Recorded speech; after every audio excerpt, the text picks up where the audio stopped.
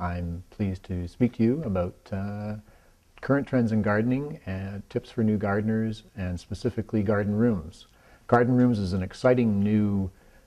way, I think, for people to look at their outdoor space, and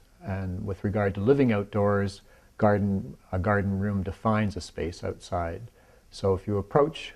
your garden similar to your house, you have different rooms for different reasons, and certainly the garden can offer that same sort of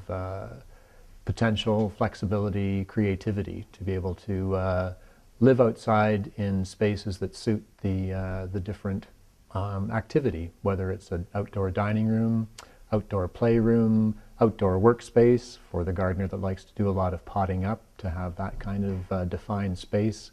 makes the work that much easier, much more enjoyable. So it's a different way of approaching garden design, and I think the reason that it is so popular is because it makes sense in terms of how you can appreciate and enjoy your outdoor living space.